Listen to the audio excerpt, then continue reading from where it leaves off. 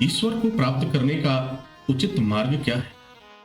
इस प्रकार के न जाने कितने प्रश्न हमेशा पूछे जाते हैं और हर एक धर्मानुरागी के अंतर्मन में इस तरह की एक बात अवश्य आती है कि हम ईश्वर का सानिध्य कैसे प्राप्त करें, हम ईश्वर की भक्ति कैसे करें, हम ईश्वर के संपर्क में कैसे आए, उसका आभास कैसे करें। इस तरह के न जाने कितने प्रश्न आते हैं। परमपिता परमेश्वर भगवान श्री कृष्ण ने ईश्वर की प्राप्ति का एक मार्ग बताया, ईश्वर की प्राप्ति का एक रास्ता बताया, और वह रास्ता अपने आप में बहुत ही सरल है। वह मार्ग कठिन नहीं है, वह मार्ग बहुत ही सरल है।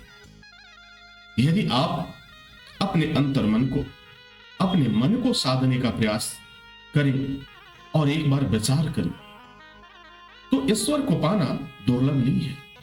ईश्वर की कृपा को प्राप्त करना मुश्किल नहीं है। आप बहुत ही सरलता से परम पिता परमेश्वर की असीम अनुकंपा के पात्र बन सकते हैं। भगवान श्री कृष्ण और सुदामा की जब भी बात आती है, आप जरा देखें, सुदामा भगवान श्री कृष्ण के मित्र हुआ करते, दोनों ने एक साथ पढ़ाई किया, दोनों ने एक साथ बचपन में खेले कूदे, गुरु आश्रम में उनकी दिनचर्या एक जैसी ही थी। ना तो वहां कोई ऊंचा था, ना तो कहीं वहां छोटा था, सभी बराबर थे। सांदीपनि मुनि के आश्रम में जिस तरह से भगवान श्री कृष्ण और ब्राह्मण सुदामा एक साथ विद्या अध्ययन कर रहे थे, वह अपने आप में एक सरल भाव की तरफ इशारा करता है, संकेत करता है। भगवान श्री कृष्ण ने अर्जुन को एक समय एक बात बताई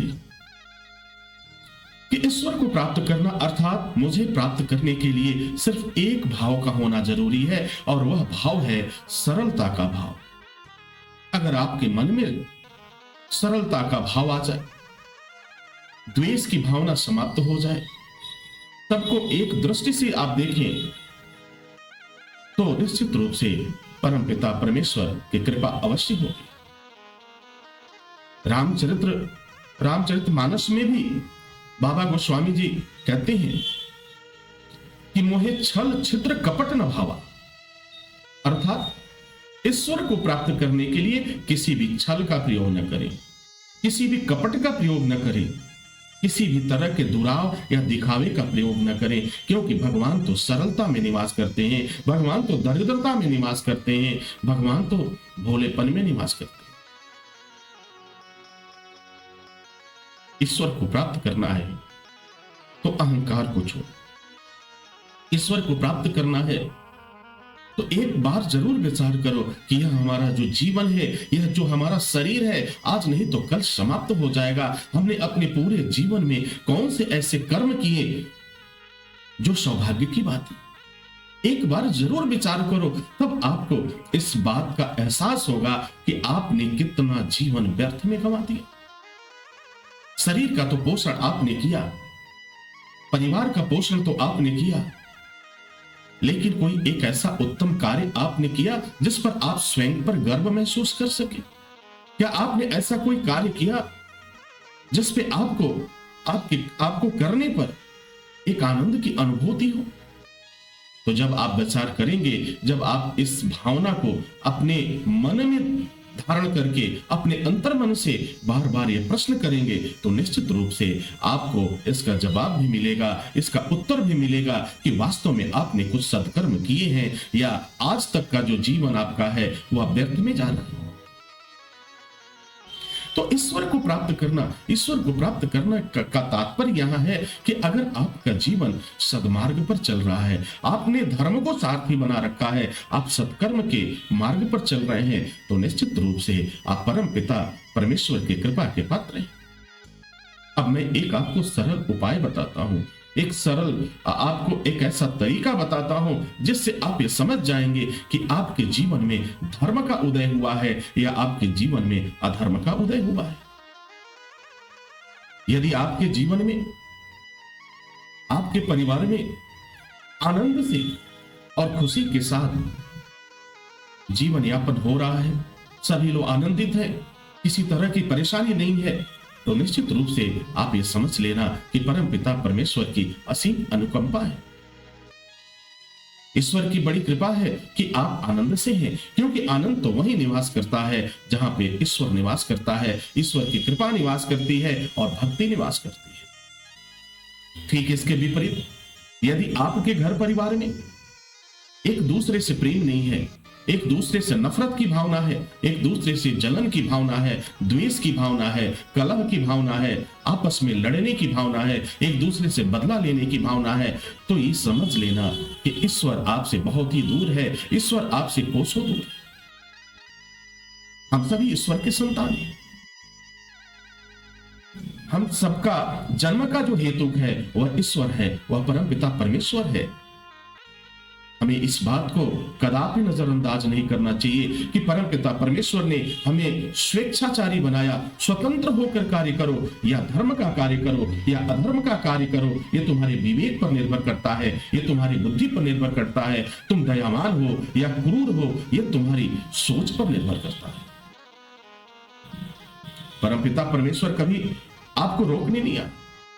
परमपिता परमेश्वर ने कभी आपको मना नहीं किया कि गलत कार्य मत करो, लेकिन संकेत जरूर किया, क्योंकि यदि आप अच्छे कर्म करेंगे तो जीवन में आनंद आएगा, यदि आप बुरे कर्म करोगे तो आपके जीवन में केवल दुख ही दुख होगा। और फिर प्रश्न आता है कि महाराज श्री, हमने तो आज तक कोई भी बुरा कार्य नहीं किया, फिर भी हमारे जीवन में कलह है, फिर भी हमारे जीवन में आनंद नहीं है, एक दूसरे से प्रेम नहीं है, प्रेम का भाव और करुणा का भाव तो मानो हमारे परिवार से समाप्त ही हो चुका है। तो आपको एक बार पुनः विचार करने की आवश्यकता है कि निश्चित रूप से आपके कुछ ऐसे कर्म हैं, ऐसे कुछ कर्म हैं जो आपको परेशानी का कारण बनते हैं। क्योंकि हम सब जानते हैं, हम जैसा करते हैं वैसा ही हमें फल प्राप्त होता है। भगवान का तो सीधा सा जवाब है, आप जैसा करोगे वैसे ही आपको फल मिलेंगे। यदि बबूल का वृक्ष लगाया तो फिर आम खाने की कदापि लालसा मत रखो। बबूल के वृक्ष लगाओगे तो आपको कांटे ही मिलेंगे, बबूल की वृक्ष से आपको दुख ही मिलेगा, दर्द ही मिलेगा। लेकिन यदि आम का वृक्ष लगाया तो आनंद का विषय भी मिलेगा, आपको सुख भी मिलेगा, शांति भी मिलेगी और भोजन के रूप में उसका फल भी प्राप्त होगा। तो यहाँ आम का वृक्ष क्या है? सत्कर्म है।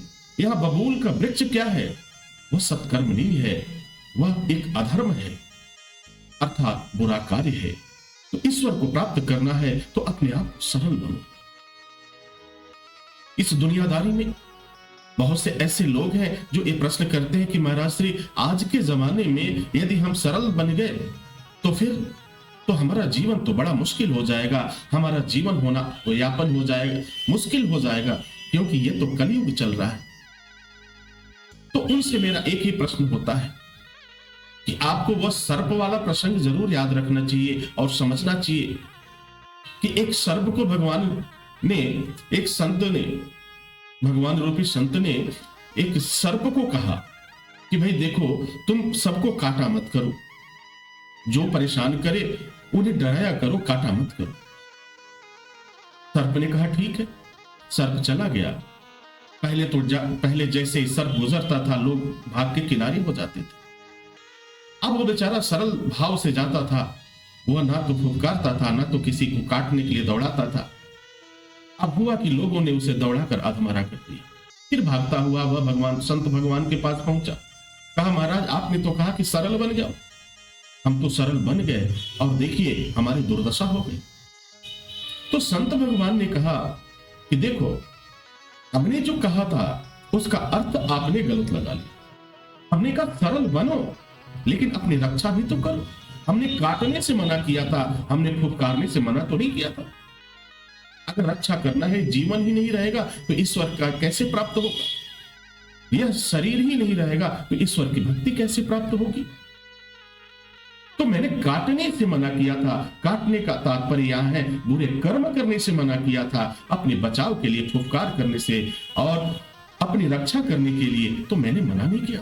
वह सर्प समझ गया और मुस्कुराते हुए गया। कहा प्रभु, मुझे आनंद का मार्ग मिल गया। मुझे क्या करना चाहिए अब मैं अवश्य समझ गया।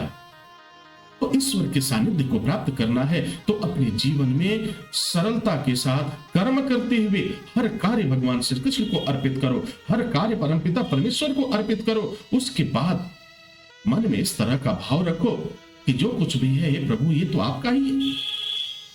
यदि आज जाने अनजाने में मुझसे कुछ बुरे कर्म हुए तो भी अब इसे मार्ग दिखाने वाले आप ही हैं। अच्छा और बुरा मैं फर्क नहीं समझ पाता, लेकिन कोशिश जरूर करता हूं इस सरल भाव को लेकर के। और आप अपने जीवन को आगे बढ़ाइए, आप देखेंगे, आप पाएंगे कि बहुत जल्द आपके जीवन में आनंद का उदय होगा, एक सुख और शांति का पदार्पण होगा और आपका जीवन खुशियों से भर जाएगा, समस्त पापों का नाश होगा। तो सरल होना अपने आप में एक गुण है। ईश्वर को प्राप्त करने के लिए सरलता के भाव को अपनाइए, आप टेढ़े मत बनो। और दूसरी बात, अगर सरलता के भाव को अपनाना है तो फिर दान देना शुरू करो। अब दान का मतलब क्या है? अब दान देने के लिए आप ऐसा मत करो कि हाँ अगर सामर्थ्य नहीं है तो मत। अगर आपके पास 1 रुपए की क्षमता है तो आप 1 रुपया का ही दान करो। आपके पास अगर क्षमता है 10 रुपए का तो 10 रुपए का ही दान करो। यदि यह भी क्षमता नहीं है, यह भी सामर्थ्य नहीं है तो श्रमदान करो, अपने शरीर से कार्य करो। क्योंकि दान करने से, श्रमदान करने से हमारे अहंकार की भावनाएं समाप्त हो जाती हैं और इंसान को आनंद की प्राप्ति होती है।